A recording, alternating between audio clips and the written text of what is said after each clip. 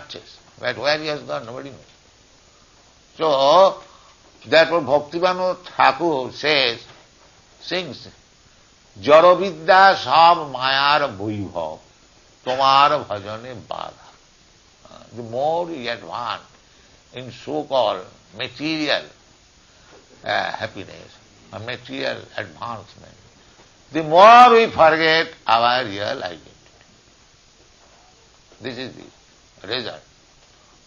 So, we should understand that we have got a separate business, real business, that is called self-realization. That I am not this body. This is self-realization. That is being instructed by Krishna in the beginning. You are not this body. The first understanding, first knowledge is to understand that I am not this body, I am spirit soul. I have got a different business. It is not that these temporary actions or activities, like as a dog or as a human being or as a tiger or as a tree or as a fish, there are activities. Ahara nidra bhayavaithunancha. The same principle of bodily necessities, eating, sleeping, sex life and defense. But in the human form of life, I have got a separate business, self-realization, to get out of this bodily entanglement. And that is called knowledge. Without this knowledge, anything we are advancing in knowledge, that is foolishness, that's all. Samayeva hi kevalam. Samayeva hi kevalam. Samayeva hi kevalam means simply working uselessly and wasting time. You cannot check the nature's law. Suppose in this life you are very big leader, prime minister and everything, that's all right. But according to your mentality, you are creating next life. So, in this life you remain a prime minister and next life you become a dog. Then what is the benefit? Therefore these atheist fools, they want to deny next life. That is very horrible for them. That is very horrible. If they accept next life, they know that life is very sinful. Then what life they are going to get by the laws of nature? When they think of it, they shudder. Better deny it. Better deny it. Just like a rabbit, enemy is in his front and he is going to die. But he thinks, let me close my eyes, I am out of them. This is atheistic view. They are trying to forget that there is no life. Therefore they deny there is no life. Why not? Krishna says that you had a childhood body, you had a baby. You don't know. Where is that body? You have left that. You are in different body. Similarly, this body you change, you get another body. And who says? Krishna says, the most superior authority. He says, I may not understand, but when he says, this is the process of our knowledge.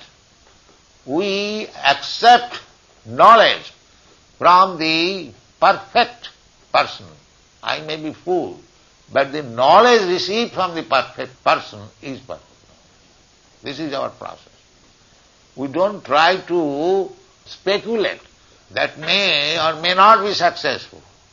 But if you accept knowledge from the perfect authority, that knowledge is perfect. Just like we are speculating, who is my father? You can speculate, who is your father? But that speculation will not help you. You will never understand who is your father. But you go to your mother, the supreme authority, she will immediately, here is your father. That's all. And you cannot know father in any other way. There is no other way. This is practical.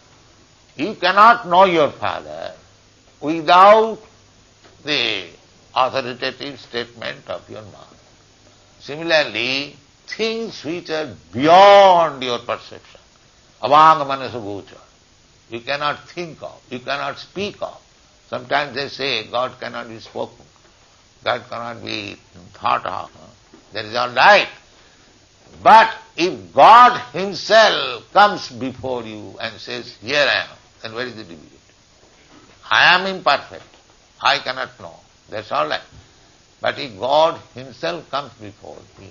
So, this Krishna consciousness movement is to know everything perfectly from the Supreme Authority, Krishna. This is the process.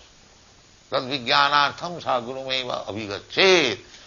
In order to understand subject matter which is beyond our perception, you have to approach such authority who can inform you. Exactly in the same way.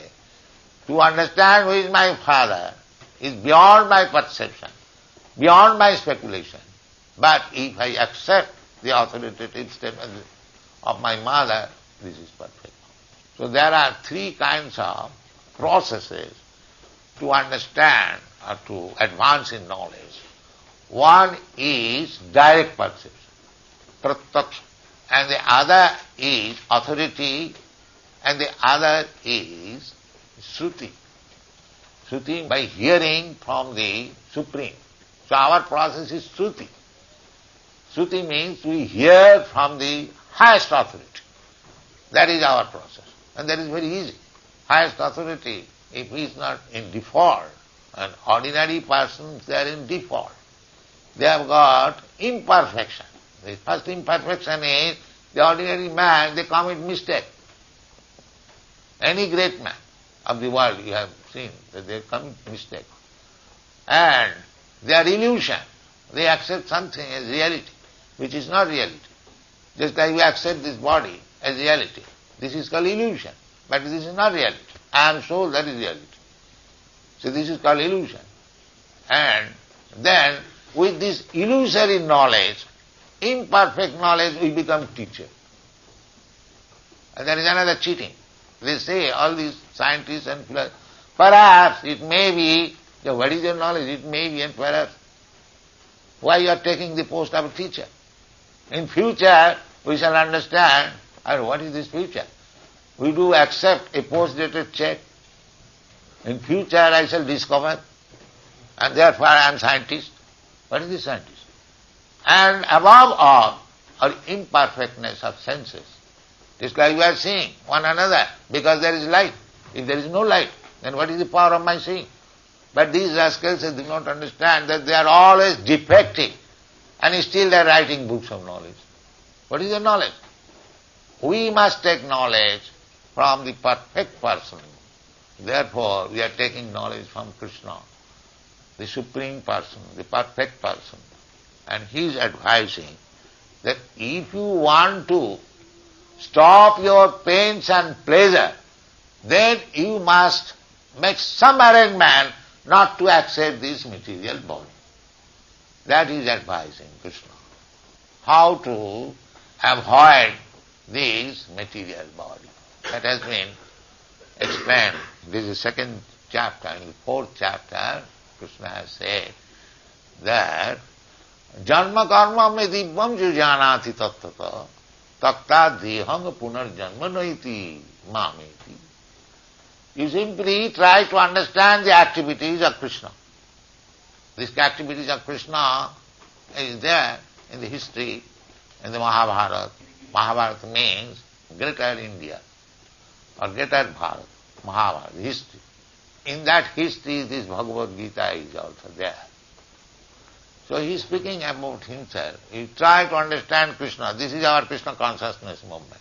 Simply try to understand Krishna, his activities. It's not impersonal. Janma karma me dibbam. Karma means activities. He has activities. Why he is taking part in this world, activities. Why he comes. Jada jada hi dharmasya glani bhavati bharata. Abhutthanam adharmasya. Tadatmanam srijamaham. He has got some purpose, he has got some mission. So try to understand Krishna and his mission and his activities that is described in a historical form. So what is the difficulty? We read so many things, history or the activities of some leader, some politician. The same thing, same energy you apply for understanding Krishna. What is the difficulty? Krishna therefore, he manifests himself with so many activities.